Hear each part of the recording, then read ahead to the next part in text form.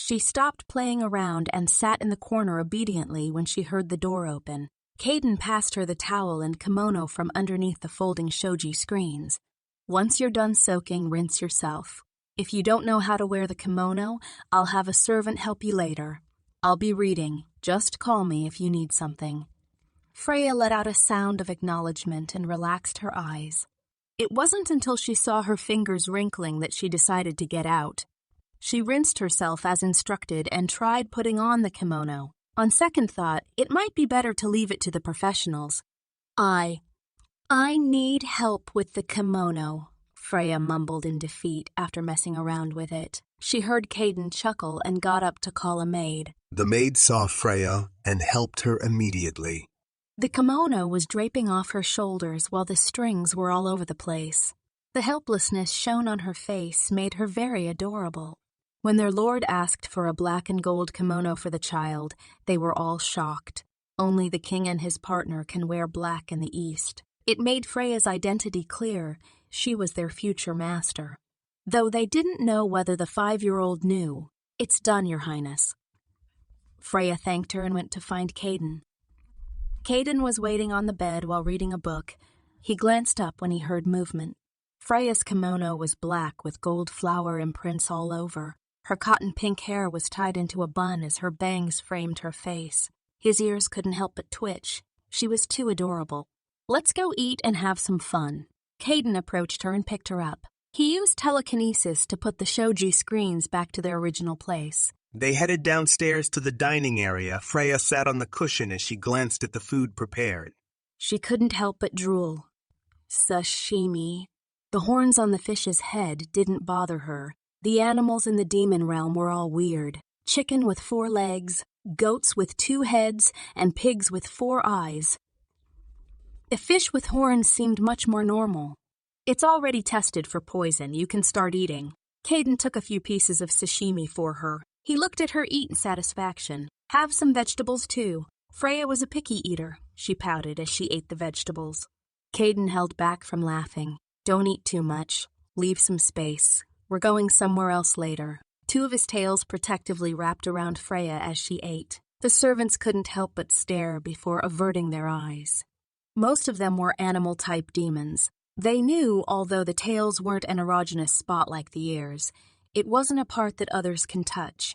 As he promised, Caiden brought Freya to somewhere fun. Freya's eyes sparkled when she saw the rows of stalls on the side of the road. The red lanterns hanging at 2 sides of the road lit up the obsidian night. A festival. Have your mood improved? Caiden gently whispered, but Freya heard him. Freya looked at him with widened eyes. A smile crept onto her face as she beamed, yes. The crowd whispered amongst themselves as they naturally gave way to Caiden. Their lord actually came to such a rowdy place. Everyone knew he would rather spend his days peacefully in the castle. They were correct. If it weren't for Freya's sake, he would have never come to this place. His ears were very sensitive, so he disliked loud noises more than anything. Is there anything you want to try? He asked in a doting voice. Freya fell into serious contemplation. After some serious thinking, she said, candied apples. Caiden headed for the stall that sold candied apples. The owner immediately handed her one while Caiden paid. Oh, the apples looked like peaches. Freya didn't mind. She took a bite and felt the sweetness bursting in her mouth. The apples were sweet. The hardened candy tasted more like honey to her, but it was still delicious. Can I have a bite? Freya didn't mind and tilted the candied apple to him. Caiden's eyes flashed black for a second before turning to gold as he took a bite. He never thought that Freya would actually feed him. She wanted to try goldfish scooping, but after seeing the goldfish in the demon realm, she decided to retreat. The black thing swimming in the pool, she didn't want it. Note, goldfish scooping is a traditional Japanese game in which a player scoops goldfish with a paper scooper. After having a few kebabs and some cotton candy, she was satisfied. Caiden let her down so that she could take a walk after eating. He held her little hand carefully and wrapped his tails around her to shield her from others. Freya touched the fluffy tail and got addicted to it. In the end, one of them ended up in her free arm. She hugged it as she walked. Caiden occasionally moved his tail to play with her. After they reached the hilltop, Caiden picked her up again. He easily jumped from a branch to another until they reached the top of the tree. Freya enjoyed the night view of the east on the tree. She tilted her head and saw the 4 moons hanging in the sky. The black moon was several times darker than the night sky. It was very conspicuous. "Do you know what they represent?" Caiden asked. "I don't know." She shook her head. She thought it was a natural phenomenon. Did it have a meaning? The white moon represents the north. The black one represents the east. The gold one represents the east. The gold one represents the south, and the silver one represents the west, he explained patiently. Only the rulers can wear clothes of the color of the moon of their respective region. So that's why her dad wears white for formal meetings. She realized something and looked at Caiden. "I'm wearing black." "It's fine. I don't care about traditions, and there was only black cloth left in the castle," Caiden replied naturally.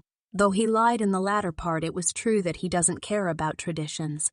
But this wasn't a tradition, it's a rule. Anyone who dares wear black in the east will get killed by him. Similarly, if anyone wears white in the north, Arch will undoubtedly kill them. It's because only challengers will wear clothes of the same color as the ruler. This was the first rule taught to all the demon children in kindergarten. But Freya was a special case and she was good at self-studying, so Arch never had the thought of letting her leave his side. What if Freya gets assassinated, or maybe discriminated? And she was his daughter. She could wear any color of clothing that she wants. Freya was convinced and no longer thought about the topic. She continued enjoying the scenery, her thoughts drifting away. "Can you turn into a child?" Freya suddenly asked. Caiden was slightly stunned by her question, but he recovered quickly and nodded. "Can I see it? Let's get down from here first." He jumped off the second he stopped speaking. Freya was taken by surprise, and her grip tightened around his neck instinctively. She was scared into silence by the sudden drop. Caiden landed gracefully as his Haori fluttered. "Did I scare you?" He looked at the silent Freya in his arms. He rubbed circles on her back as comfort. "I'm sorry. I was just surprised." "There's no need to apologize." She snapped out of her daze. Seeing she was better. Caiden let her down. As she wished, he turned into a child. Freya looked at the boy in front of her. He was so cute. The 9 tails that became smaller looked fluffier. She reached out to pat his head. Caiden didn't show any resistance and let her do as she pleased. She kneaded the tips of his ear, which made his ears twitch. His eyes turned gray. "Do you like my ears that much?" "It's fluffy," she beamed. Seeing her so happy, Caiden swallowed the words he was about to say and endured the torment.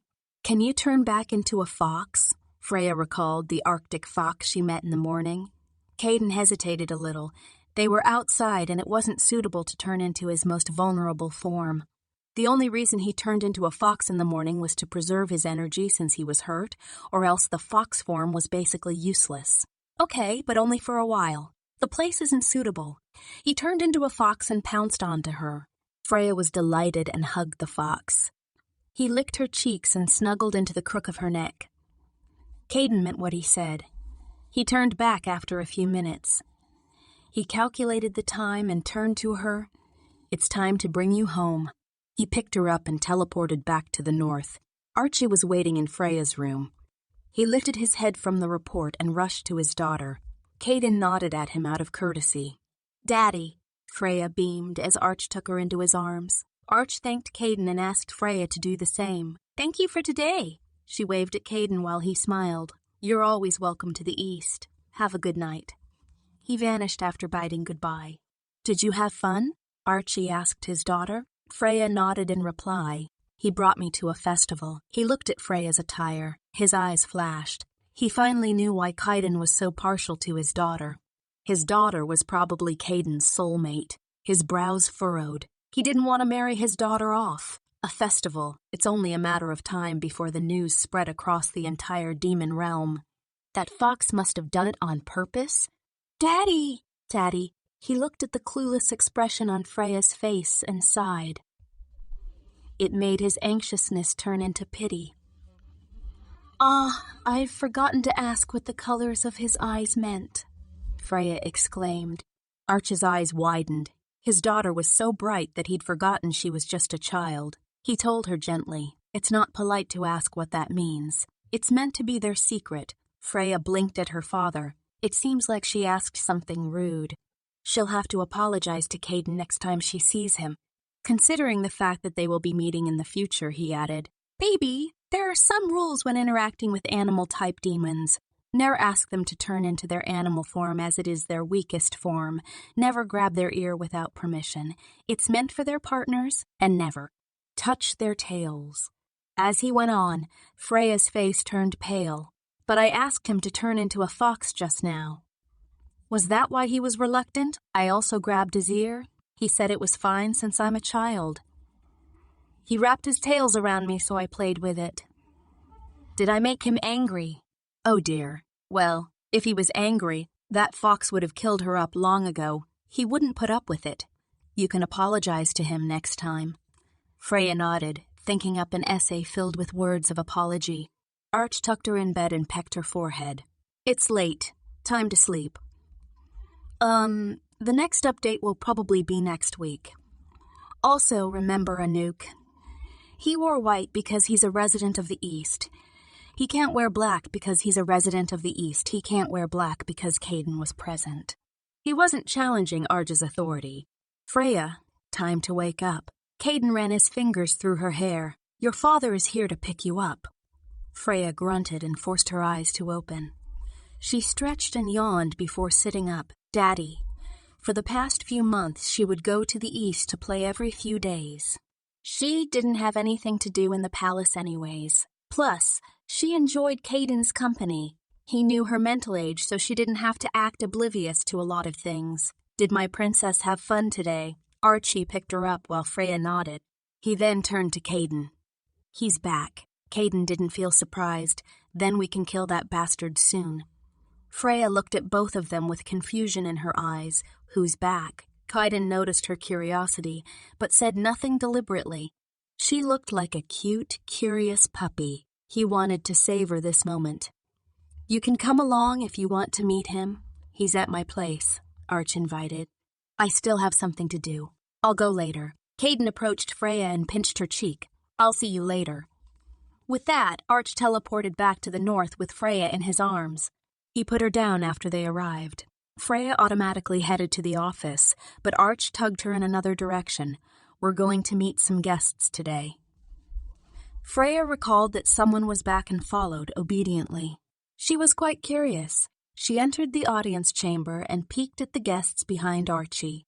She saw a family of 4 talking to her uncle and cousin. The man had basil green hair that was tied into a low ponytail. When he sensed someone entering, he turned over.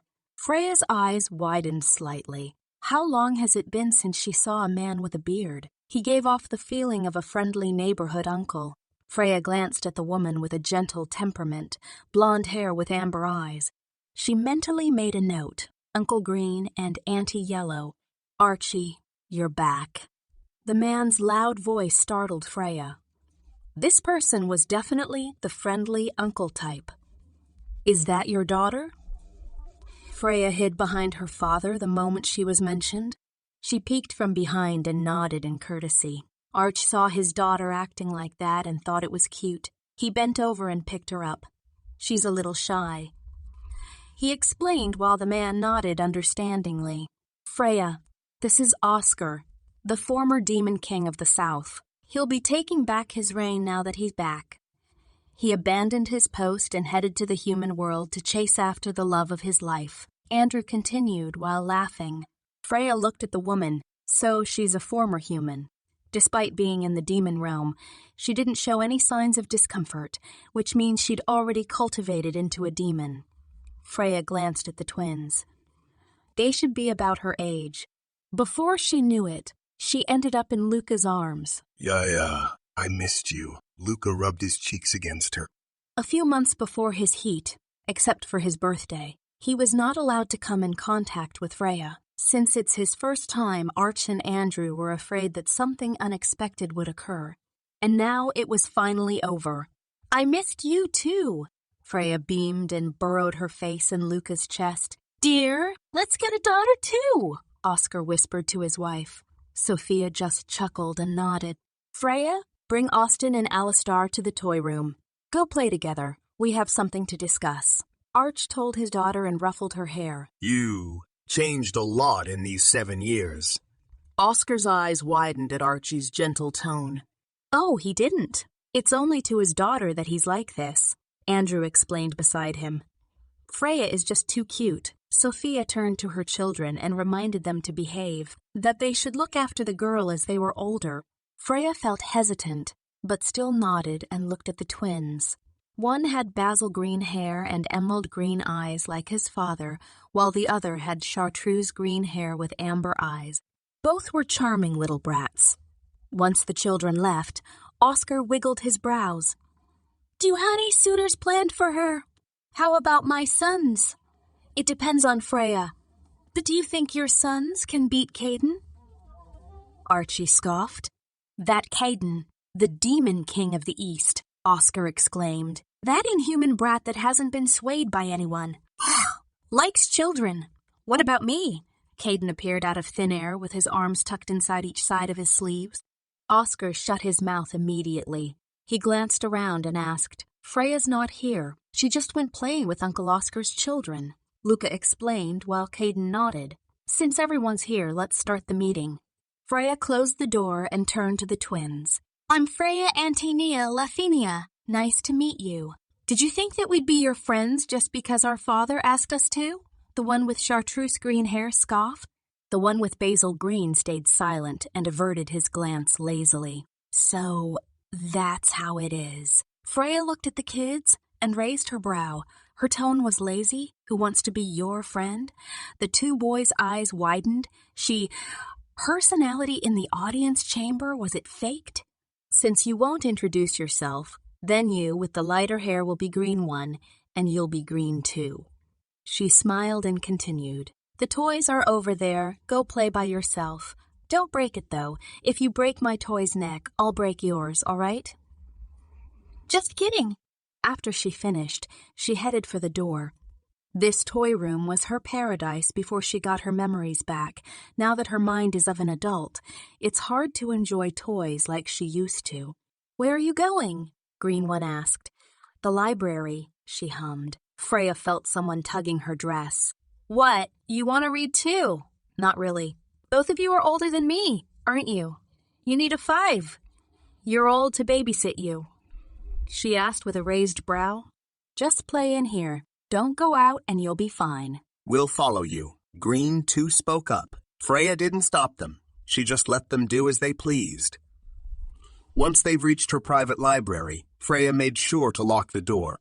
It was a special door lock, with that she won't have to worry about the children's whereabouts. After getting the book she wanted, she didn't even bother to glance at the twin. It wasn't until 10 minutes later that she couldn't cope with their piercing gazes. "What is it?" "Do you Really not want to be our friend?" Green One asked. Freya held back from laughing. "No. Why should I be your friend just because Dad asked me to?" She tilted her head innocently, her eyes curved into a crescent as she mocked. "So you are still mad about that?" Green 2 spoke up. "Why should I be mad? Do I need to teach you that you shouldn't direct your anger randomly?" Freya directed her gaze back to her book. Her voice was calm. The twins flinched at what she said. They were indeed in a bad mood. They did feel guilty for lashing out at her. That's why they followed along. Sorry, they both lowered their heads. "I'm Austin Cale Douglas, the one with chartreuse green hair introduced." "I'm Alistar Carl Douglas." The one with basil green hair spoke. Both of them peeked at Freya. The girl was still reading her book. Was she still mad?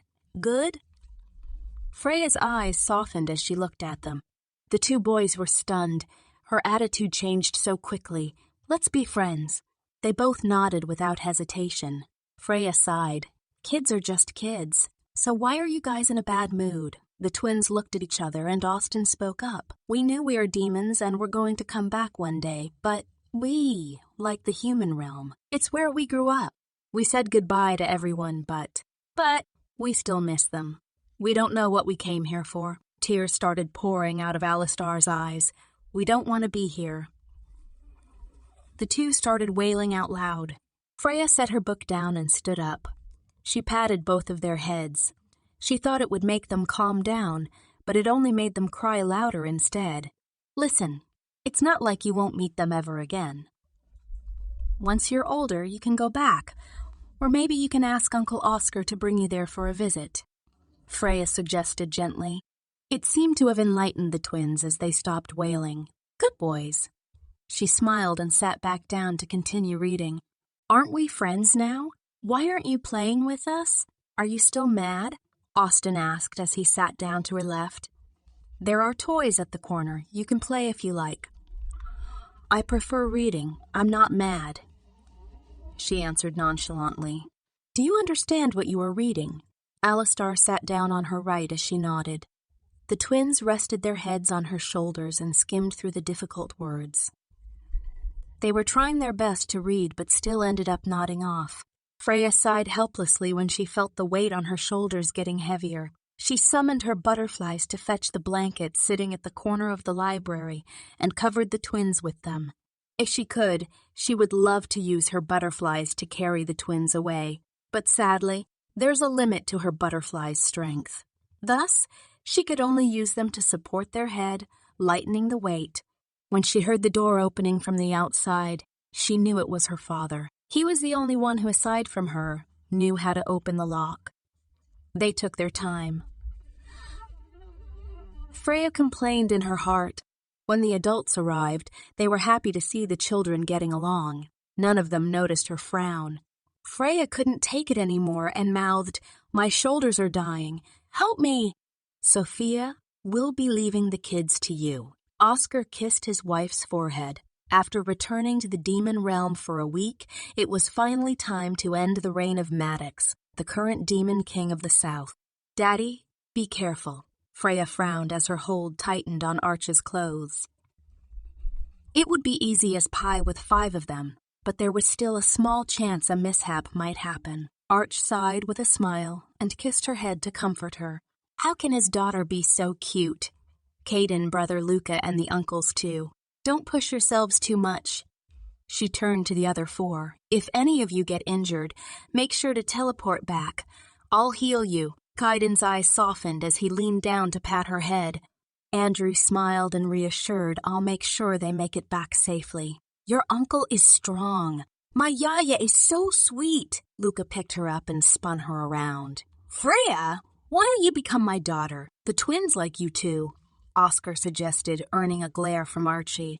Her aquamarine eyes curved. It seems like it won't be a problem.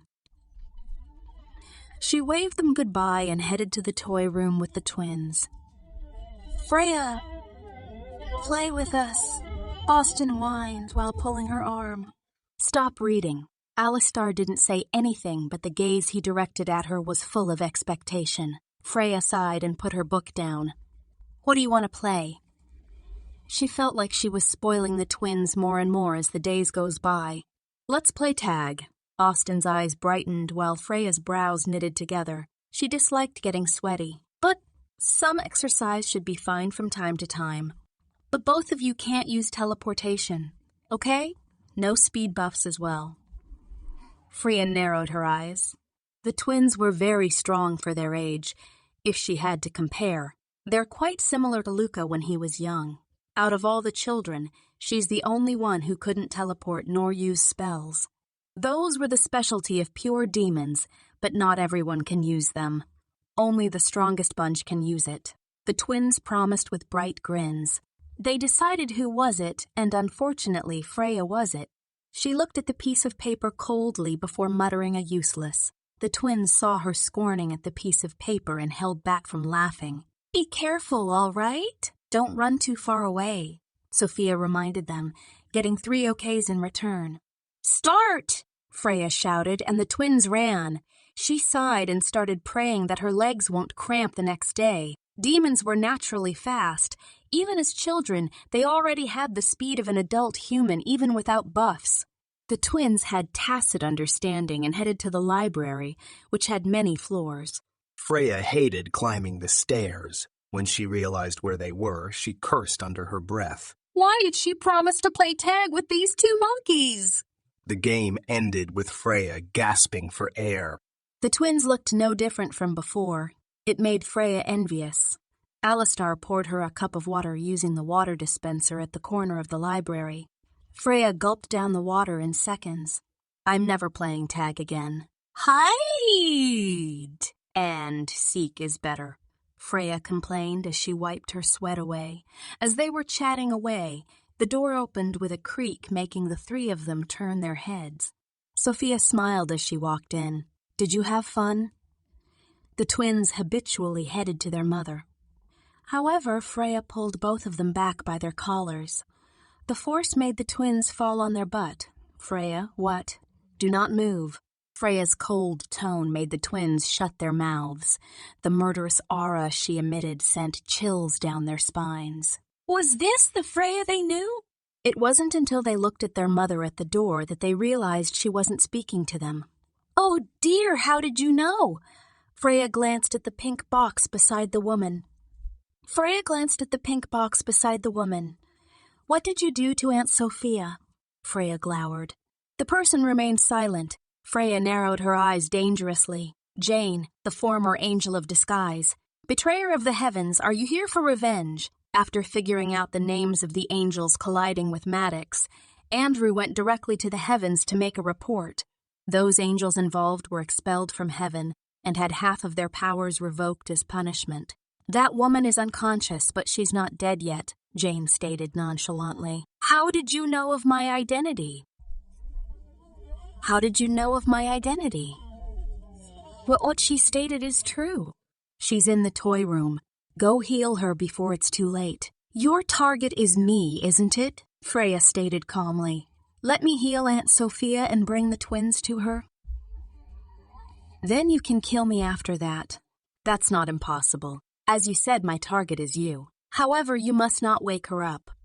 And the twins aren't allowed to call for help. Deal. She turned to the twins. Her eyes softened. Come on. Let's go find your mother. I used a little too much force just now. I'm sorry. Freya, that person said she's going to kill you. Austin grabbed her hands. Freya noticed his hands trembling as they wrapped around hers. We won't allow that. Be good. That person is way stronger than you, Freya coaxed gently. Her target is me. If you guys get involved, how am I supposed to face Uncle Oscar? But, Alistair, no more buts. Teleport me to the toy room. Freya patted their heads. They could only do what she said. Her purple butterflies healed all the cuts and wounds on Sophia's body. It seems like she put up quite a fight. Cold sweat coated Freya's forehead as she held back from hissing. After healing Sophia, she stood up. Austin and Alistar looked like they were about to cry any moment. Freya smiled at the twins and reassured them that she'll be fine. Stay here and look after Auntie, she instructed. We're older. We have to protect. Freya swiftly tapped Austin's nape, cutting off his unfinished words. She turned to Alistar. Take care of them. She looked at his unwilling expression and added, If you don't listen, I'll have no choice but to make you faint too. Freya knew that she won't be able to do that. The twins were very fast. Austin was just caught by surprise. She sighed and took Alistar's hand in hers. She proceeded to write a few words on his palm. 10 minutes. Wake, call help. Of course, she spouted some nonsense along the way. She knew Jane was listening. Pinky promise, I'll be fine. The only person I can trust now is you. So won't you have some faith in me? Alistar was hesitant, but he hooked their pinkies together. I'll trust you. So, if you don't come back, I'll never forgive you. Freya beamed and nodded. She got up and headed to the door. The moment she opened it, she saw a woman with blood-red hair and black eyes. Her freckled face carried a cheeky grin. Princess, why make an empty promise? Freya rolled her eyes and faked a whimper. Oh dear, I'm so scared. Quack. Are you not afraid of me? Jane asked with her brow raised as they headed to the tea room for a talks. I know your weakness, although your powers are very strong. You can't heal yourself, can you? Freya was very relaxed. Her eyes were half-lidded, having little interest in conversing with Jane. She didn't seem like her life was going to be ended by an assassin. Instead, she gave off the ambiance of someone going for a stroll in the park. So what? What is there to be afraid of? Freya couldn't finish her sentence as she tripped on an unconscious guard, falling face first. The fall looked so painful that Jane looked away subconsciously. Freya! Jane! You! Are you dead? Are you dead? Freya wailed loudly. Who are you, dead?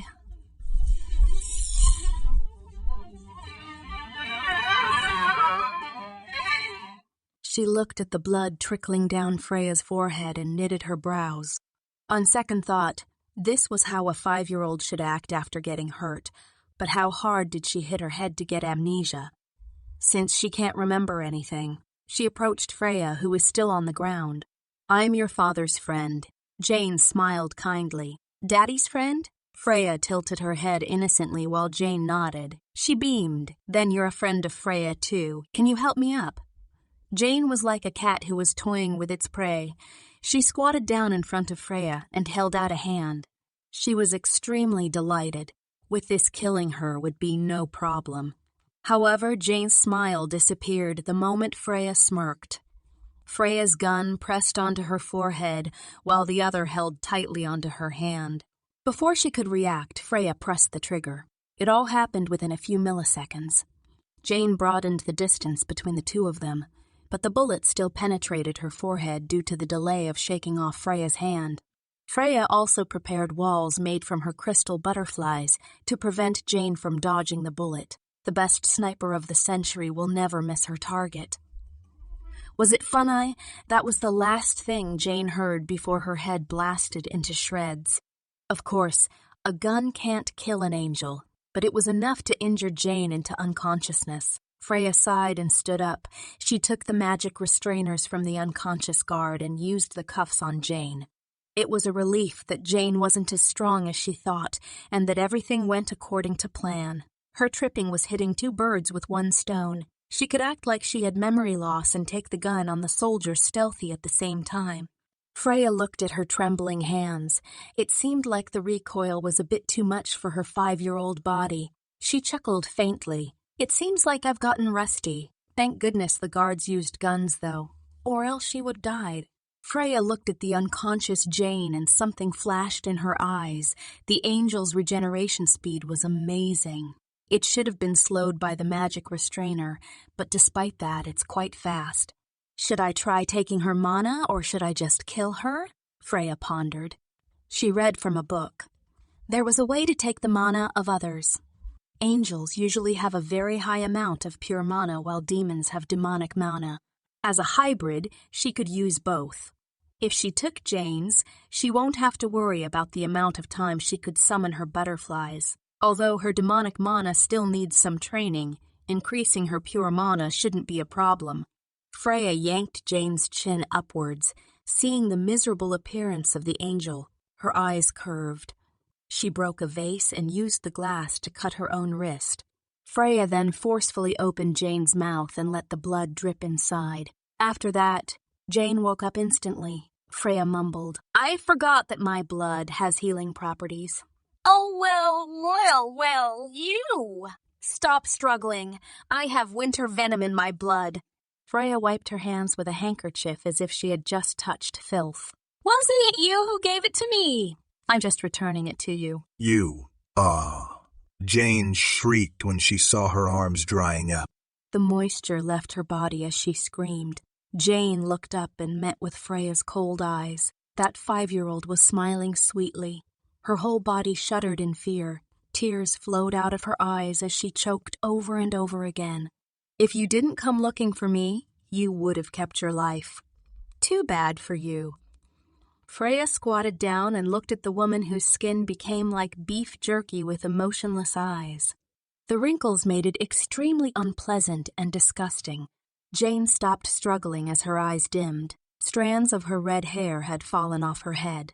Her previously white skin had turned into a reddish-brown color. Freya watched this scene unfold with obvious boredom in her eyes. Her eyes finally lit up when she saw a ball of blue light exiting Jane's body.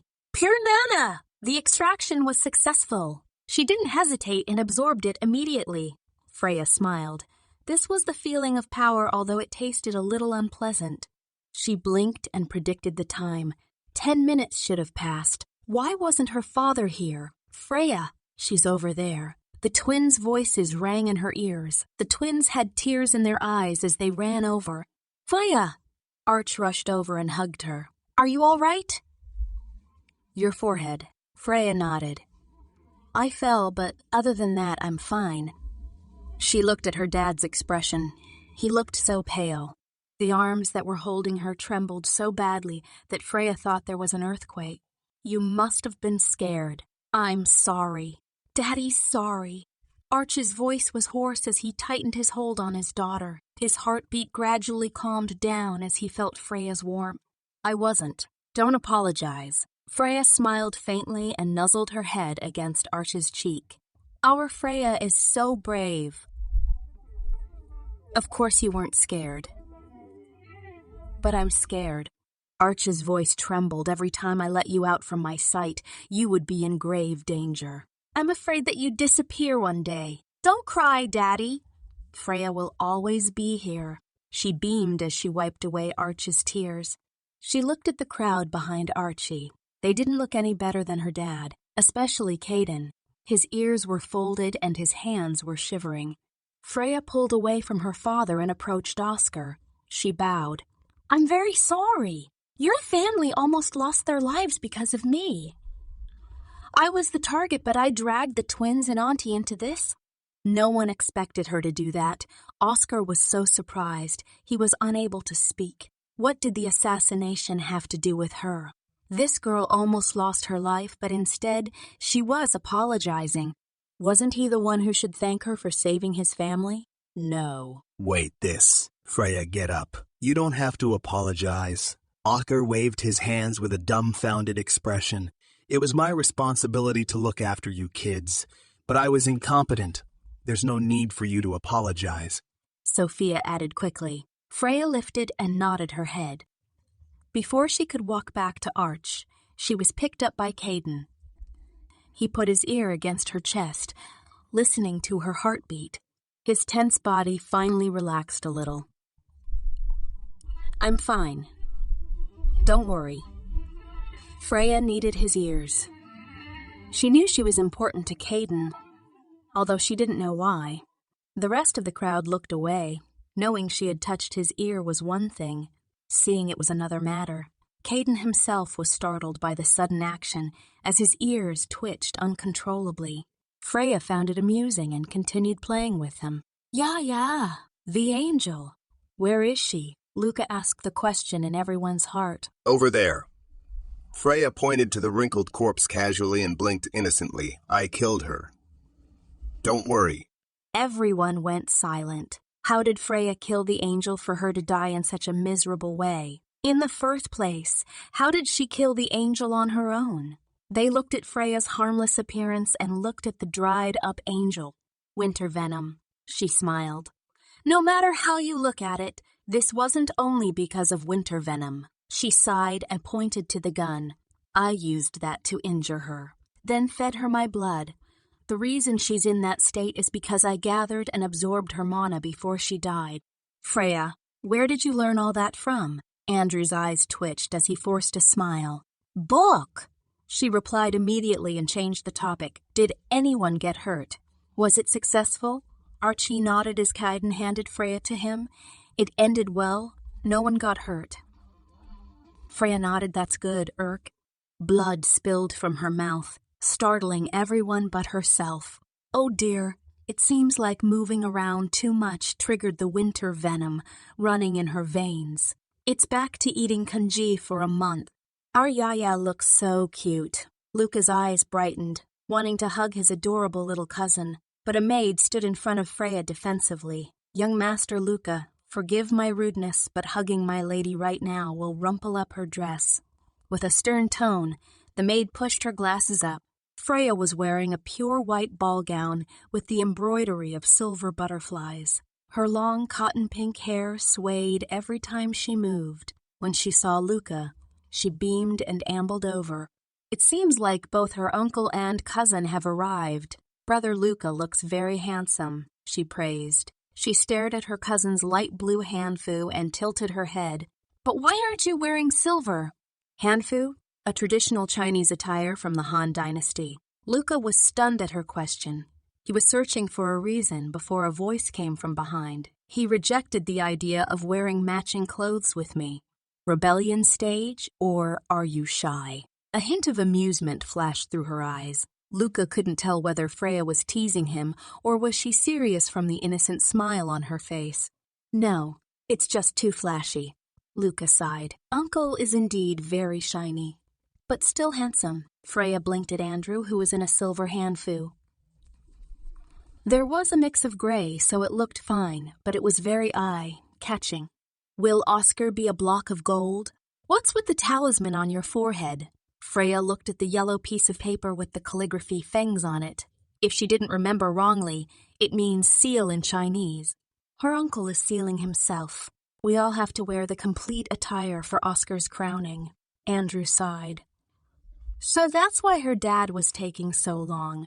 The crowning ceremony requires all the demon kings to approve of the new demon king. The banquet was delayed for a month because Freya was sick and Arch needed to take care of her. Other than that, Oscar was busy dealing with all the work that Maddox left untouched. "Freya, come here." Andrew picked her niece up. The maids at the side had their eyes widened. Their masterpiece. Freya saw their souls leaving their bodies and mouthed a sorry. "They spent a few hours dressing her up. They've worked hard. Her dress." Luca mumbled and sighed. Andrew let out an "oh" and smiled apologetically. They had to wait for another 10 minutes before Archie walked out of his dressing room. His face showed his exhaustion from putting on the layers of clothing. He disliked having people touch him, so he wore all of his clothes on his own. Freya glanced at her father. She felt her heartache for her father. She didn't have to wear it to know how heavy the ornaments and coat were. Archie didn't know what his daughter was thinking about, or else he would have laughed. This little weight meant nothing to him. He looked very attractive nonetheless. He even styled his hair. Arch's cape fluttered as he approached Freya. His exhaustion washed away when he saw his daughter. He took Freya from Andrew and into his embrace. So cute. Daddy's handsome too. Freya beamed and rested her head on Arch's shoulder, finding a comfortable position. "How nice. She's willing to wear matching clothes with you," Andrew complained and pouted. Time to teleport. Luca heartlessly cut him off. In a blink of an eye, they were at the banquet hall. The demons chattering away all went silent and bowed.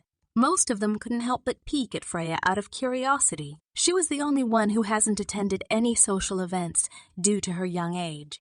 Freya remained indifferent to their gazes. She only burrowed her face into Arch's chest like a cat. But Arch misunderstood and thought she was uncomfortable, so he shot a glare at the demons, making them lower their gazes. They ascended the stairs and sat down on the thrones prepared for the 4 demon kings. Each had its respective color. Freya has her own little throne next to Arche, but he didn't let her down, so she remained on her father's lap. She gazed at the demons. Some of them didn't have human form, but she wasn't particularly frightened by their hideous appearance. Some of them had black holes as eyes, while some had a few layers of razor-sharp teeth. "Freya." Caiden's voice reached her ears as she turned over. Freya smiled and greeted him. The 9-tailed fox approached and patted her head carefully, so that her ornaments won't be messed up. He was wearing his usual yukata and his hair was styled most of the time, so there wasn't a big difference. The only difference was that he wore earrings and held a black folding fan. How nostalgic. "It's been 6 years since the last crowning," Andrew sighed. "Time goes by in a blink of an eye." Caiden ascended the throne at 17. Freya's eyes widened while Arche nodded and said, "He's an incredible kid. Thank you for the praise." Caiden chuckled. They started chatting while waiting for the main stars of today's banquet. Finally, after half an hour, Oscar and his family finally arrived. Freya, the twins, wearing hanbok, excitedly went up to her while she patted their heads. "Are you better now?" "I am." "We can play next time you visit," Freya chuckled. Since she was sick in bed, whenever the twins visited, they could only read together. "The ceremony is starting. Go sit down." The twins obediently went to their seats, while Arch sat her down in hers. The ceremony started with the Demon Kings giving their approval in front of everyone. The Demon King's authority then entered Oscar, making everything official. The banquet started after that. Freya silently observed some of the demons turning barbaric. They started drinking and gambling, making a mess of the hall. Freya, who liked cleanliness due to her previous life, averted her gaze and endured the urge to beat the crap out of those drunkards. Thank goodness her father and the rest were civilized. Only a few of the strongest demons were allowed to enter. There were no nobles in the demon realm. One's rank was decided according to strength. The scent of alcohol drifted into her nose, which made her retch. She hasn't fully recovered, so she was sensitive to many things. Caiden saw her condition and picked her up, he informed Arch before taking Freya to the balcony. "Sorry for the trouble," Freya mumbled. "What are you sorry for? If you don't feel well, just tell me. Don't keep it to yourself." Caiden put their foreheads together, checking her temperature.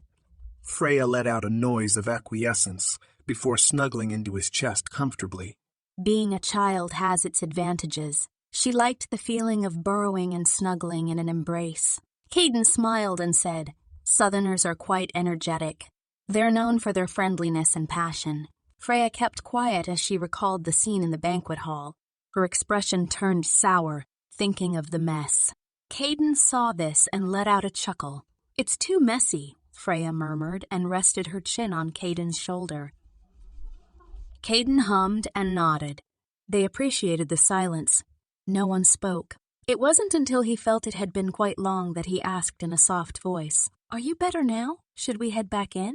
Caiden didn't hear any response from the girl and peeked at her. She was sleeping. His lips curved upwards as he sat down on the sofa at the corner.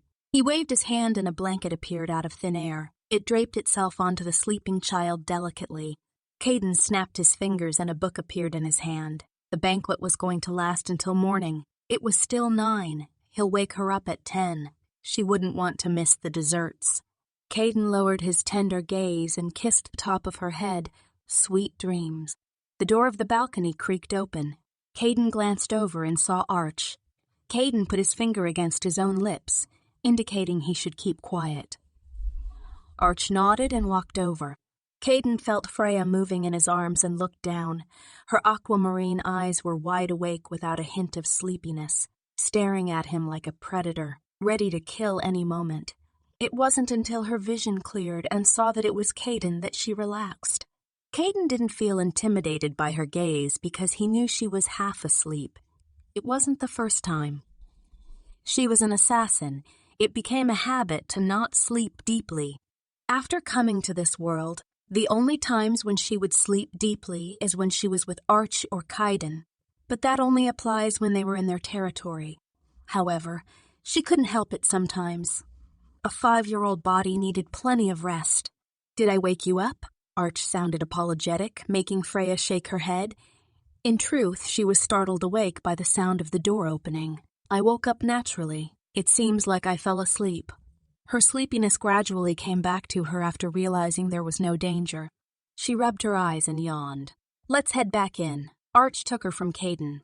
Caiden kept his book and followed along as they entered the rowdy hall. He headed to his throne after patting Freya's head. Freya's eyes brightened when she saw the variety of desserts being served. She tugged Arch's clothes excitedly. "Daddy! I want that!" Arch sighed and brought her to select her desserts. Freya was delighted. She pointed at several appetizing looking desserts while Arch put it onto the plate. They headed back to their seats. Freya wanted to dig in, but her plate of desserts was taken away by Arche. He replaced it with a plate filled with meat and vegetables, mostly vegetables. "Daddy? Daddy!" Freya eyed her father with confusion evident in her eyes. Why did he take her desserts away? You need to have a proper meal first before eating sweets, Archie replied while cutting her steak into small, bite-sized pieces. But demons don't need to eat, she pouted. Demons can live without food. Eating is more for enjoyment rather than a necessity, she added, and there's too much vegetable. You're a half-angel, and you're still growing. You need to eat. Archie's tone allowed no room for argument. Freya could only eat the things on her plate with a gloomy face. Despite grumbling all the way, she still finished her food obediently. Archie held back from laughing and rewarded her with a plate of desserts. She savored the dessert. Eating those grass was worth it. She started to feel bored and wanted to take another nap. She made herself comfortable in Archie's embrace. She was about to close her eyes before she felt herself being picked up. Yeah, let's go dance. Luca smiled. Freya blinked and processed what he said. Okay. She had nothing to do anyway.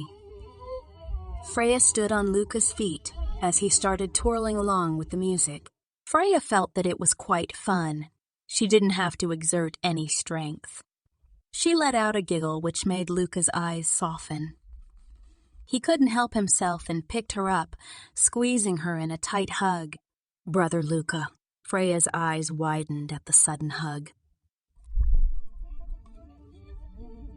Well, it wasn't the first time Luca acted this way. She sighed and hooked her previously folded arms around his neck. Freya's eyes met with a girl's at the corner of the room. She was glaring at them. She glanced around to confirm there was no one around them. Did she offend anyone? That wasn't possible. The only time she left the palace was to go to her uncle or Caiden's palace. Never spoke to anyone.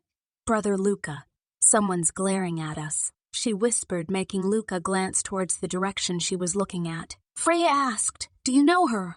Luca's eyes chilled when he saw the girl. She's not someone you should pay attention to. It's just wasting your time. Freya hummed and looked at the girl. After noticing Luca glancing at her, she waved with a sweet smile. Luca looked away and snuggled his face against Freya, as if nothing happened. Freya was sure now the hostility was aimed at her. The girl had jet black hair and green eyes. She was beautiful. Oh, she's making her way here. Your Highness Luca. The lady greeted. Luca only nodded. His eyes were cold. A shiver ran down Freya's spine when she saw her cousin's cold eyes. Luca can make this type of look. Luca's eyes softened when he turned to Freya. Let's go back. Wait, Your Highness. The girl grabbed the hem of Luca's wide sleeves. What is it? Luca's tone held annoyance as he shook her hands away. After spending those nights with me, do you not feel anything towards me? She asked pitifully. Freya let out a faint. Oh, this was the girl Luca spent his heat with. It seems like she'd fallen in love with Luca.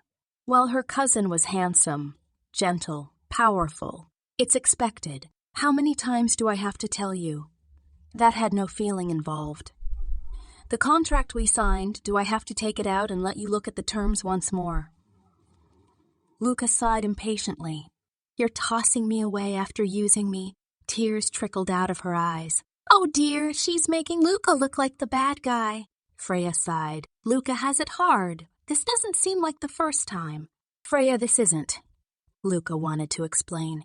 He didn't want Freya to misunderstand. What would he do if Freya starts hating him for being a playboy? I know. Freya caressed his head and smiled. It isn't Brother Luca's fault.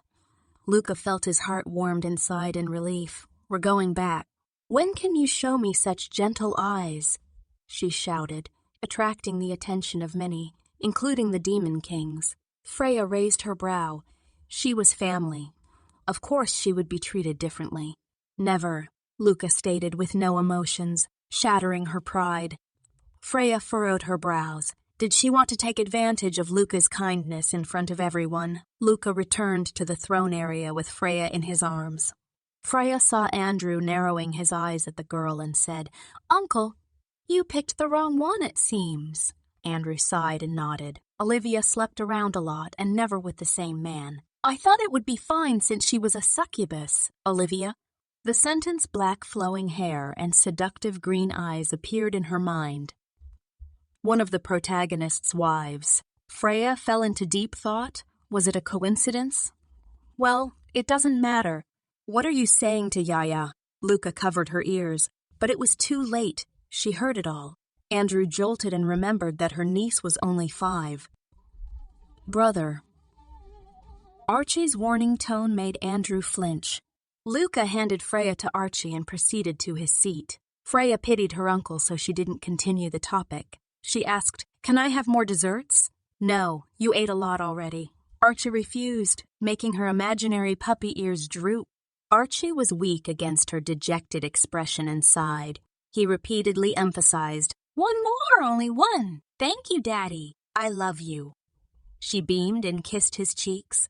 She hopped down and dragged the twins to the dessert section. Didn't Uncle Arch say only one? Austin stared at her blankly as she took multiple desserts. "One more. Can be one more of each, can't it?"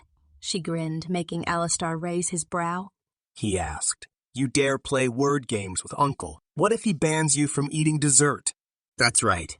Aren't you getting cheekier every day? Arch's voice came from behind, making Freya flinch. Her smile froze as she gazed over. "Hey, Daddy." She averted her gaze as Archie pinched her cheeks. He took the plate from her. "You just recovered. You shouldn't eat too much sugar. These 3 are the last ones." Freya's eyes twinkled and nodded aggressively. 3 is better than 1. Arch led her back to their seat, with one hand holding Freya and the other holding the plate. The twins went back to their parents since their mission was complete.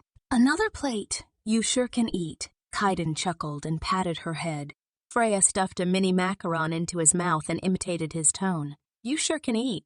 This made everyone laugh. Caiden swallowed the macaron with furrowed brows.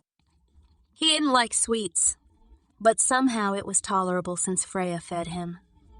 Andrew chuckled. "Uncle will bring you more desserts next time."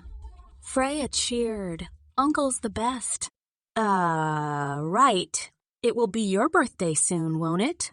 Luca reminded. "You'll turn 6 soon. What do you want for your birthday?" Oscar joined the conversation. "Can it be anything?" Freya tilted her head while the others nodded. As long as it's within their power, they would get it for her.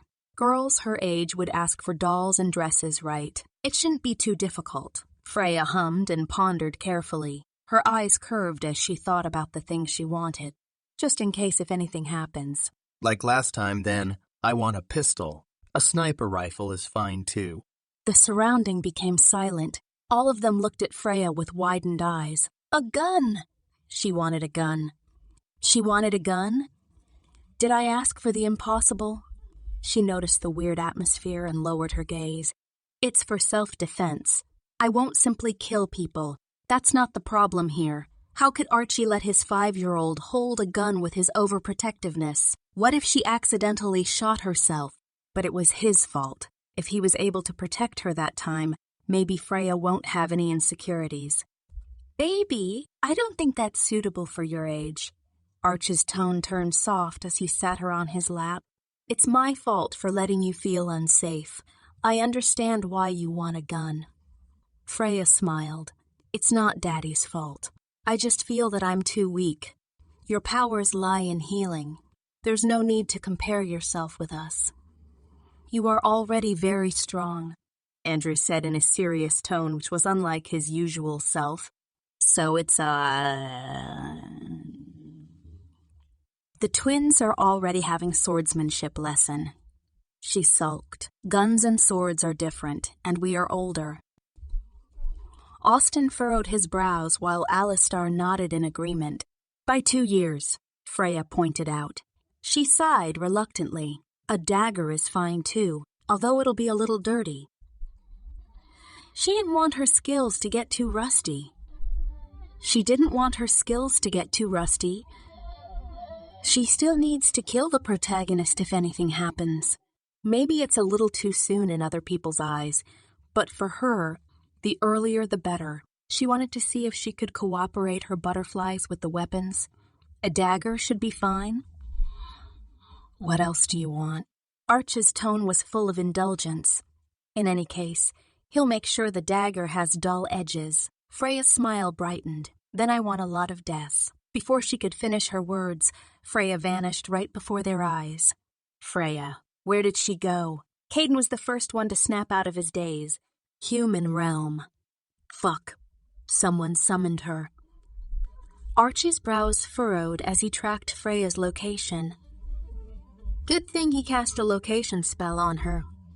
He let out a sigh and supported his head with his hand.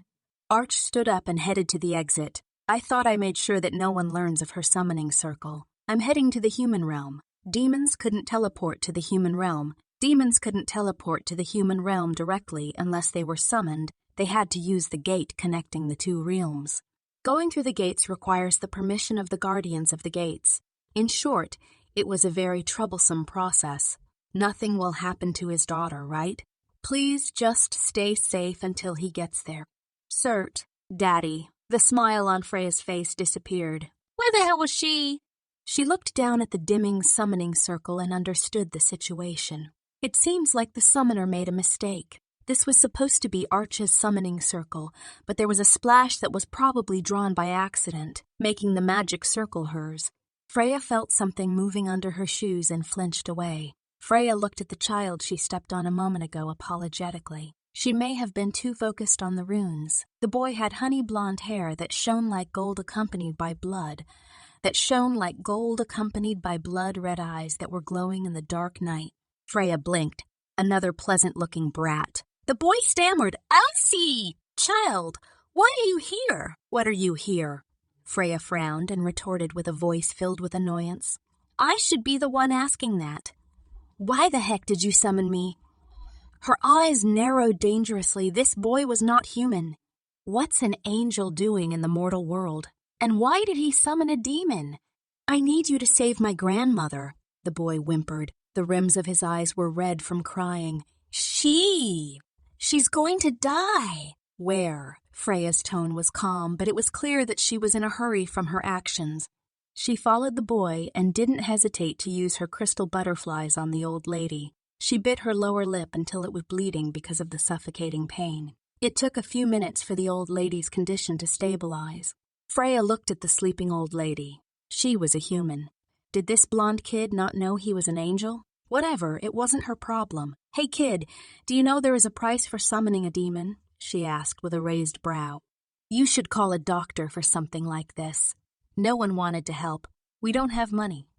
The boy gazed at the ground, making him look extremely pitiful. "I'll pay the price." Freya sighed. "You know, demons don't have healing abilities. You're lucky that I was the one summoned. Don't do this next time. You would gotten killed." But it was probably out of desperation. Angels can't be summoned after all. Demons like striking deals with humans since it was amusing and take their souls after the deal ends. The boy nodded and asked, "What's the price?" "Your soul," she said with no hesitation, making the boy go pale. After seeing his expression, she stopped teasing him. "I'm just kidding." Freya pondered carefully and couldn't think about anything she could ask from this child. "Then you owe me a favor, What's your name?" "Well, it's not like she'll be seeing him again anyways." Dylan Alcart. His name made Freya's eyes widen. The protagonist's friend. He was in the gang of the hero. His position was a mage. The humans and angels used him as a sign of alliance. But that wasn't important for now.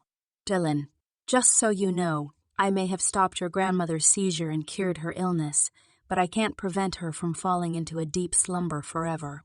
Do you understand?" Freya's tone turned serious.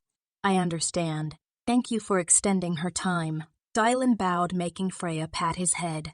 Freya reminded, "Remember, never summon a demon again, or else the two of you might lose your life." "Freya?" Archie's voice made her look back. Her dad picked her up and scanned her for any injuries. "Daddy, I'm fine," she reassured. Archie shot a glare to Dylan, his killing intent soaring. "Brat, how dare you summon my daughter? Do you have a death wish?" "Daddy, he's a child. He had his reasons. Let's go home." Freya blocked Archie's gaze of the little boy who was shivering like a small bunny. Arch clicked his tongue and turned away, carrying his daughter. Freya waved at the boy and bid him goodbye. "Will we meet again?"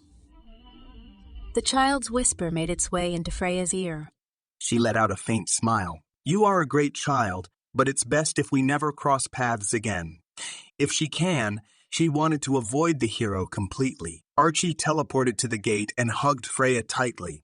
You're good at making people worry. You're good at making people worry. Freya averted her gaze. He was trying to summon you. He made a mistake. Their summoning circle was quite similar. The only difference was that she had a horizontal line. Child's an angel. Freya sighed. His pure mana was really something.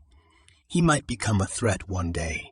Archie didn't deny what she said. Instead, he questioned, Is that why you said you never want to cross paths with him again?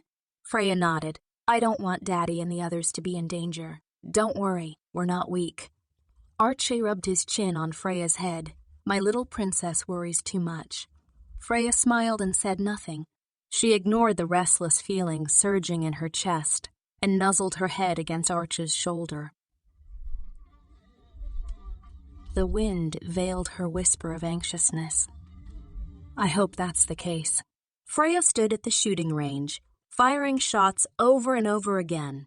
The silencer made the venue quiet enough for Arch to go through his work. Freya clicked her tongue. Her eyes narrowed as she mumbled, a few centimeters off. She was now 7 years old. She received the private shooting range from Archie as her birthday present, while the pistol was gifted by Caiden. Luca bought her the books she wanted. Andrew gave her a teleportation stone that could only be used twice, but freaking expensive. Oscar and Sophia gave her many beautiful dresses, and the twins gave her stuffed animals decorated with gems and diamonds. The indoor shooting range had a working space for Archie so that he could watch over her even when he's busy. He would relax in the resting room, which had glass walls, and read a book if he had no work. Freya sighed. It should take a few more days to get her accuracy back to how it was in her past life. A few millimeters off wouldn't matter if the target wasn't moving, but if it was a moving one. That's enough for today. Arch took her pistol away. Don't tire yourself out. Freya nodded as Arch picked her up. She looked at where they were heading. We're going for a walk. Arch nodded and proceeded to the garden. He let her down once they'd arrived and held her hand. The doctor told them that walks were good for her the last time her poison acted up, and so they go on walks at least 3 times a week. Freya had suggested leaving the poison in her blood, since it was so hard to extract. Plus, it was fatal to angels. If she met another one, she could just feed them her blood. It's not like she'd die leaving it in her body. Coughing up blood for poisonous blood? How nice! But that idea was rejected by Arch. No questions asked. Freya's mind wandered as she followed Arch mindlessly. She was daydreaming until she stepped on something. Losing her balance, her eyes widened as she felt her heart jolt in surprise. She prepared for the incoming pain, but Arch caught her in time, preventing her from falling on her buttocks. Be careful. Arch sighed and picked her up. Archie sighed and picked her up. A fluff ball. She looked at the ball of gray fur. Freya noticed black liquid coming out of it, and her brows furrowed. Was it hurt? She summoned her butterflies and healed that little thing. Baby, don't casually heal things. Arch sighed. His daughter was too kind. Hearted. It would have been bad if she healed an assassin. If it held hostility, it would have died. Freya glanced at Archie. She motioned for Arch to let her down and ambled over to the fur ball. Daddy would notice right away. You didn't stop me because it wasn't bad. Arch couldn't argue with that. He bent down and observed the gray fur ball along with Freya. Freya poked the thing. It moved. The fur ball uncurled itself, revealing an owl. Freya looked at it and thought it faced the wrong way. Or else why wouldn't it have a face? She poked it lightly, hoping it would turn its head this way. The creature opened its eye, startling Freya. It only had one humongous eye on its face. Its cat ears popped up as it tilted its head with 3 fluffy dog tails wagging behind it. Daddy, I don't remember reading about this species. Freya eyed the creature curiously. Do you know what it is? She held out her hand as the creature rubbed its head against her palm delightedly. At first, she was a little frightened by its unusual appearance, but now, it's kind of cute. I don't know. Perhaps it's a new species. Archie stared at the thing cautiously. It doesn't look like a threat. Leave it there. Its family might be searching for him. We're going back. Freya nodded and got up. They headed back in the direction they came from. She glanced back and saw the furball following them. Daddy, it's following us. Freya tugged Arch's hand. Ignore it. It might go away. Arch glanced at it and looked away. Freya thought so too and paid it no heed, but every time she looked back it would still be there. She sighed and ran to the creature. She patted it gently. Be good and wait here. Your family might come and get you. The moment she touched it, her palm glowed. The large amount of information flowing into her made her groan in pain. Many memories flashed through her mind, making her dizzy. Her eyes teared up. Why does she feel so sad? Freya? This creature. Archie's eyes widened. How dare this thing hurt his daughter? He was ready to kill it, only to be stopped by Freya. Daddy, don't kill it. It gave me its memories. Freya clung onto Arch's arm desperately. She sniffled. That creature is made out of the souls of pets. After they've died, their owners couldn't see them anymore. They were lonely. They merged one day and formed that furball. Arch kept his mana and hugged Freya. He helplessly comforted her. Okay, I won't kill it, so don't cry. Freya didn't want to cry. It's just that when the memories were passed over, the furball's feelings were also transferred to her. The overwhelming sadness and loneliness filled up her heart and squeezed it tightly. How could she not cry? Her eyes were puffy and red after she was done. Freya blinked her dry eyes, hoping to moisten them. She asked Arch while holding the gray fluff in her arms. Can we keep it? I've been wanting a pet. Arch looked at the weird hybrid. Sure, he sympathized with it, but the appearance of that thing, he furrowed his brows and asked, Are you sure? It's quite cute. Freya nodded. Since his daughter wanted it, then it's fine. Maybe he should train it so that it'll eat any assassins trying to harm Freya. When they got back, Archie asked the maid to bring a bowl of warm milk. The creature drank the milk, making a weird squelching sound. You should give it a name, Archie reminded. Then gray, or smoky. It's gray. Freya mumbled. If that was the case, I would have named you Pink when you were born. Archie raised his brow. Take more time and think about it. Are you male or female? Freya flipped the furball. There was no organ. She was bewildered. Do you not pee? Archie facepalmed. Since she didn't know the gender, a unisex name should be better.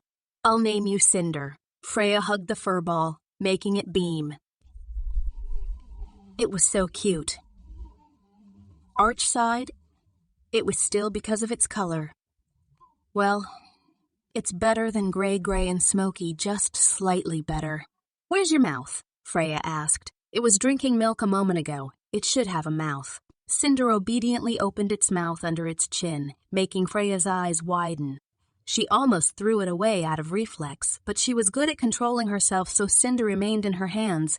Fortunately, it had several layers of razor-sharp teeth circling its round mouth with tentacles coming out from the sides.